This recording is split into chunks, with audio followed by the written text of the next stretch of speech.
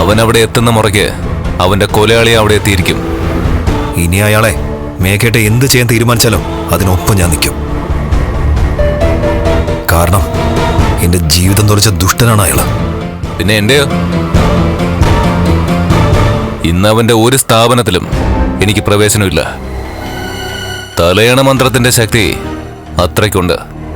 അയാൾ എന്നെ സാമ്പത്തികമായിട്ട് സഹായിക്കത്തില്ല. അതിന്റെ കൂടെയാണ് എന്റെ പെണ്ണിനെ വിട്ടിട്ട് പോയത്. അവളുടെ കാര്യങ്ങൾ പറയുന്ന മുറയ്ക്ക് നടത്തി കൊടുക്കാനാ ഞാൻ കള്ളപ്പണം കൈപ്പറ്റിയത്, അതും അമ്മാവന്റെ അറിവോടെ. അതൊക്കെ എനിക്കറിയാവല്ലോടാ.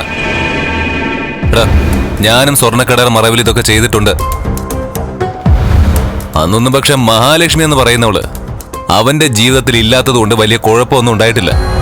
പക്ഷേ ഇപ്പം അവളുടെ പ്രാർത്ഥന കൊണ്ടാ നീ പിടിക്കപ്പെട്ടത്. ശരിയായിരിക്കും. ഞാനിന്ന് അത്രയ്ക്ക് സംസാരിച്ച് മുഷിനാണ് വീട്ടിൽ നിന്ന് ഇറങ്ങിയത്.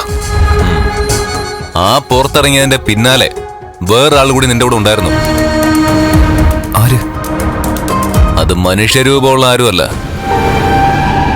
അവളുടെ പ്രാക്ക് നിന്റെ പിന്നാലെ ഉണ്ടായിരുന്നു എന്നാ ഞാൻ പറഞ്ഞത്. മോനെ, അത് അത്ര നിസ്സാരമായിട്ട് തള്ളാൻ പറ്റില്ല.